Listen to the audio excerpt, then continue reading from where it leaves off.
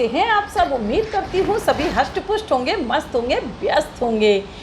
राष्ट्र नदी पतित पावनी मोक्षदायिनी जीवनदायिनी माँ गंगा के पृथ्वी पर अवतरण दिवस गंगा दशहरा के पावन पर्व की आप सभी को ढेरों शुभकामनाएं, अनंत बधाइयाँ। माँ गंगा की कृपा आप सभी पर बनी रहे, आप सभी के जीवन में सुख शांति आरोग्यता का वास हो। हर हर गंगे नमामि गंगे, हर हर गंगे नमामि गंगे। तो आज दशहरा का पावन पर्व है। सभी लोगों ने दशहरा बहुत धूमधाम से मनाया है। गंगा दशहरा पर मैंने बनाया है तरबूज के छिलके से हलवा और तरबूज के छिलके का जैम। तो आप सभी के साथ शेयर कर रही हूँ। और ये व्रत में भी खा सकते हैं, जो फलाहार करने वाले हैं वो व्रत में भी खा सकते हैं इसको, क्योंकि तरबूज जो है बहुत पानी वाला फल है और इससे हमें प्यास भी थोड़ी कम लगती है। तो इसका जूस भी बना सकते हैं, नॉर्मल तरबूज का भी बना सकते हैं। तो मैं बोलती हूँ ना कि हर चीज़ फेंकने लायक नहीं होती है, छिलके भी बड़े काम के होते हैं। तो क्या करना है कि हमें ऊपर का कड़ा कड़ा पार्ट हटा लेना है और उसको मिक्सी ग्राइंडर में पीस लेना है, और या फिर कद्दूकस कर लेना है। और कद्दूकस करने के बाद आप नट्स अपने हिसाब से ले लें, जो भी आपको पसंद हो। बस चीनी, थोड़ा सा दूध और मलाई के साथ बनाया है आज मैंने तरबूज का हलवा। बहुत पसंद आएगा, खा के देखिएगा ज़रूर। हाँ, मैंने इसमें जो बनाया है वो सूजी और बेसन दोनों लिए हैं। ये हैं व्रत के लिए अगर आप बना रहे हैं तो इसमें सूजी और बेसन को अवॉइड करें, इसको ना लें। पंपकिन सीड से सजा हुआ ये हलवा, कोई कह सकता है कि ये किस चीज़ का हलवा है? और ये तो है हलवा, और डेकोरेट जब इस तरीके से किया है तो मस्ती लगेगा। और ये है तरबूज का जैम। और तरबूज जब आप लेने जाते हैं तो उसकी पहचान क्या है कि ये येलो एरिया जितना बड़ा होगा ना उतना ही मीठा और रेड कलर का तरबूज हमारा निकलेगा। तो ये सबसे बड़ी पहचान है। और इसको बजा के भी देखें कि आवाज़ कैसी आ रही है। और अब यहाँ पर तरबूज को छील लेती हूँ। और तरबूज छीलने के लिए बताएंगे कि जो टाइट अगर छिलका है ना तो उसको 2 बार छीलना है। ये देखिए छिलका बिल्कुल नर्म है। अब इसको पीस लेंगे, और ये लाल लाल जो है ना इसको रहने दें, बिल्कुल भी ना निकालें। तो ये पीस लिया है मैंने तरबूज के हलवे के लिए, तरबूज नहीं, तरबूज के छिलके के हलवे के लिए।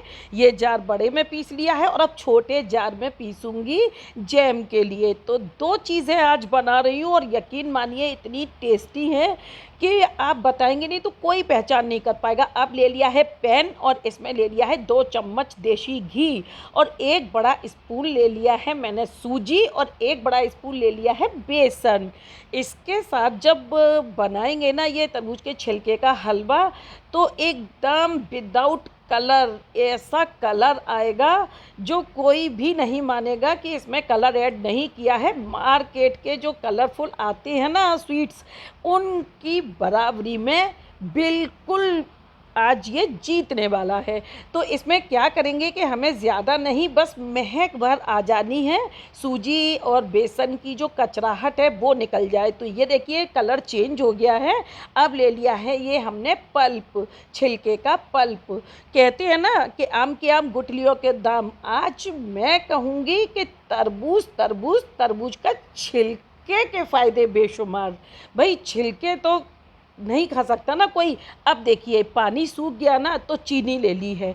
यहाँ क्या करेंगे, अब इसके ऊपर ले लेंगे मलाई, और मलाई के साथ ही ले लेंगे 1 कप दूध।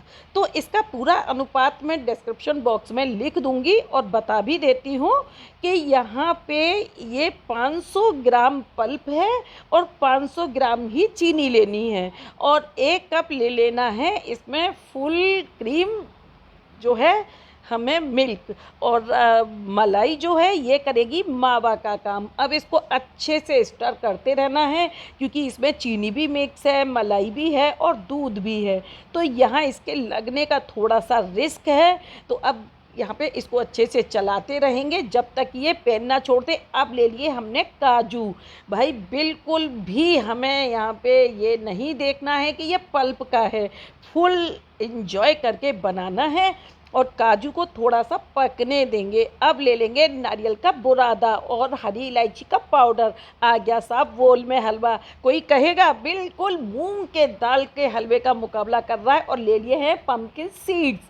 हो गया ना एकदम से अट्रैक्टिव सा हमारा ये तरबूज के छिलके का हलवा। भाई मैं तो कहूँगी कि मूंग की दाल का हलवा लग रहा है बिल्कुल। और टेस्ट में मेरी मत सुनिए, बना करके देखिए एक बार कि मैं सही बोल रही हूँ। और अब ले लेते हैं यहाँ पे 1 कटोरी ये तरबूज के छिलके का पल्प और 1 कटोरी ही चीनी। और यहाँ बिना मेहनत के हमारा बनने वाला है जैम। इस जैम को अगर आप खाएंगे, भाई मेरा बेटा तो फुल चट कर गया। मैंने तो बहुत कम बनाया है और अब मैं इसको बना के रखूँगी और इसको ना एक सीक्रेट के साथ बना रही हूँ जो ये महीनों तक ख़राब नहीं होगा। आप एयर टाइट कंटेनर में इसको रख दें। ये आ गया सीक्रेट हमारा साइट्रिक एसिड। ये है साइट्रिक एसिड, नींबू का सत्व। इसको मिक्स करके बस ये हो गया हमारा जैम रेडी। बिल्कुल सेब का जैम फेल है। बेटा तो पहचान ही नहीं पाया कि भाई किस चीज़ का जैम बना है ये। और मैंने इसीलिए थोड़ा सा बनाया था कि भाई मैं ही अकेले कहाँ तक खाऊंगी, बहुत सारे व्रत वगैरह पड़ रहे हैं इन दिनों। तो आप लोग ज़रूर ट्राई कीजिएगा इसको। और बिल्कुल कहते ना आम के आम गुठलियों के दाम। अब आप कहिएगा, लोगों को खिलाइएगा बना करके और कहिएगा तरबूज तो तरबूज के छिलके के भी कमाल।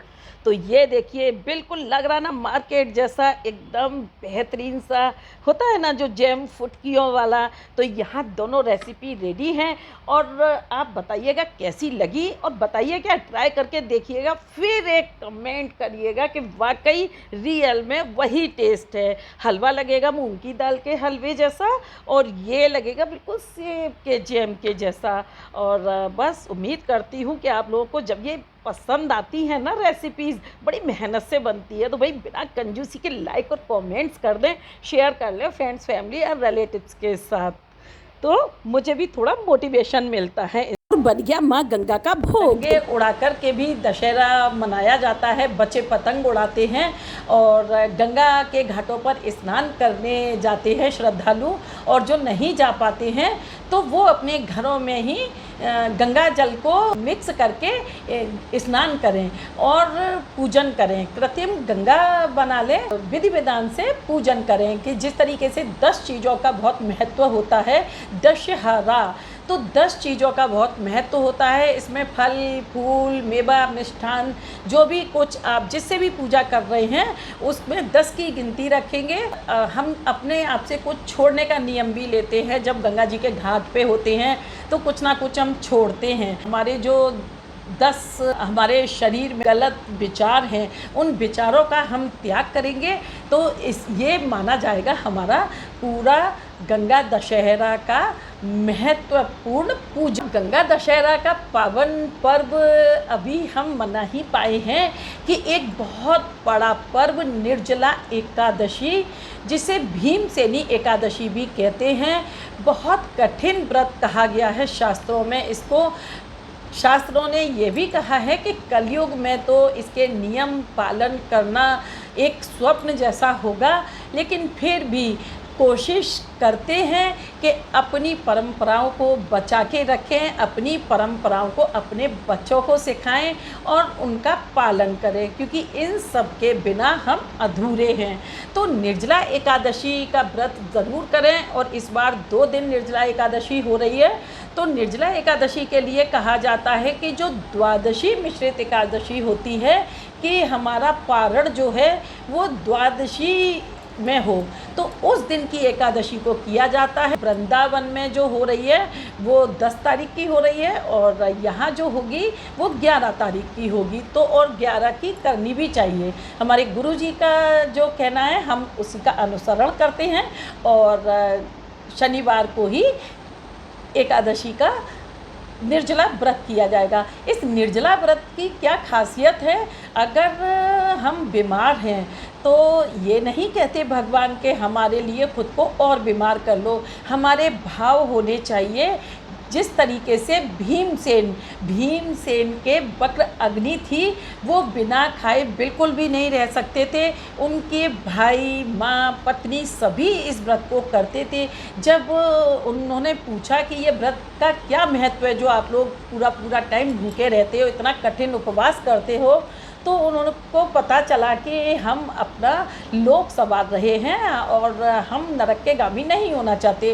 भीमसेन डर गए। उन्होंने कहा कि इसका मतलब मैं इस व्रत को नहीं करता हूँ तो मैं तो नरक का गामी होऊंगा। उन्होंने वेद व्यास जी से कहा कि जब सभी लोग अपना लोक सुधार रहे हैं तो मुझे भी कोई ऐसा उपाय बताइए जो मैं भी एक व्रत करके अपना लोक सुधार सकूं। व्यास जी बोले कि ज्येष्ठ मास की जो निर्जला एकादशी है वो बहुत कठिन एकादशी है और 12 पूरी 24 एकादशियों का महत्व इसमें समाया हुआ है। जो लोग व्रत स्टार्ट करना चाहते हैं वो निर्जला एकादशी से भी व्रत स्टार्ट कर सकते हैं और जो लोग नहीं कर सकते हैं वो केवल इस एक एकादशी का भी व्रत कर लेते हैं तो उनको पूरी 24 और 2 जो मलमास की होती हैं उसको मिला के होती हैं 26, तो उन 26 एकादशियों का फल मिलता है। 25 एकादशियों में तो फलाहार का नियम है और फलाहार करते हैं, लेकिन इस एकादशी में जल केवल आचमनी द्वारा लिया जाता है। जैसे चरणामृत होता है भगवान का, उससे ज़्यादा जल जो है वो मदिरा तुल्य बताया गया है। तो आज के इस टाइम में बहुत लोग हैं जो इन नियमों को पाल रहे हैं। ऐसा नहीं है कि नहीं पाल रहे हैं, लेकिन अगर बीमार हैं तो अपनी उम्र, अपनी शरीर की ताकत, इन सभी को ध्यान में रखते हुए ये हमें पूजन करना है। मैं भी रहती हूँ इस व्रत को, तो अभी तक श्री हरि विष्णु की कृपा है, मेरे इष्ट देव की कृपा है कि मैं इस व्रत को बहुत अच्छे से निभा पाती हूँ। कहने का मतलब है कि दशमी की शाम से खाना खाने के बाद, दंतावधन करने के बाद कुछ भी नहीं खाते हैं और व्रत करते हैं। तो जितना टाइम हो सकता है आप पूजा पाठ में व्यतीत करें। चोरी चकोरी की बातें, किसी की बुराई करना, चुगली करना और सुनना भी हमें पाप का भागी बनाती है।